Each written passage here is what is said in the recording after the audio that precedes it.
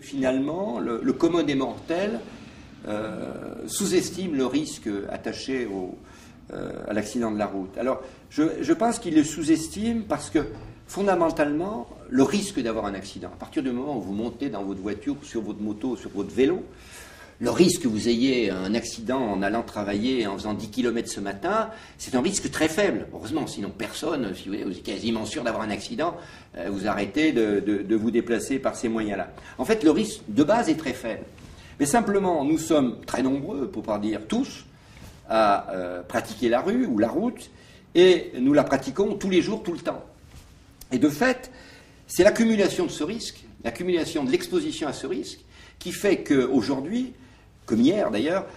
l'insécurité routière est un vrai problème de santé publique, au sens où c'est un phénomène qui peut toucher n'importe qui, n'importe quand. Et donc, quand on explique à un individu qu'on lui dit « Attention, l'alcool c'est dangereux parce que vous multipliez votre risque par 40 si vous êtes à plus de 2 grammes », l'individu se dit « Mais ça m'est arrivé plusieurs fois, pour ne pas dire souvent, de rouler sous l'emprise de l'alcool et j'ai pas eu d'accident. » Donc, la difficulté, c'est vrai pour les accidents de la route, mais c'est vrai pour d'autres pathologies, c'est-à-dire que le risque causal n'est pas un risque, bijectif, c'est-à-dire je suis alcoolisé, j'ai un accident, je ne suis pas alcoolisé, j'ai pas un accident. Ça ne marche pas comme ça. Vous avez l'énorme majorité des accidents, les nuits de week-end sont des accidents directement imputables à des conduites sous influence, mais à côté de ces conducteurs sous influence qui ont eu un accident ce samedi soir, il y en a des dizaines de milliers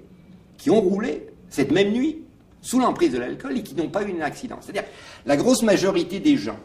qui présentent une cause d'accident, être jeune, être sous cannabis, être téléphoner, être sous l'emprise de l'alcool, être fatigué, etc., etc., l'énorme majorité de ces gens-là ne va pas avoir d'accident ce jour-là. Simplement, ils ont multiplié leurs risques par rapport à leur risque de base, s'ils étaient expérimentés, à jeun, etc. Et donc, c'est sans doute ce qui fait la difficulté à faire comprendre aux individus que ce n'est pas parce que chaque fois qu'ils présentent un facteur de risque, une cause, un facteur causal, qu'ils vont avoir un accident, mais que c'est l'accumulation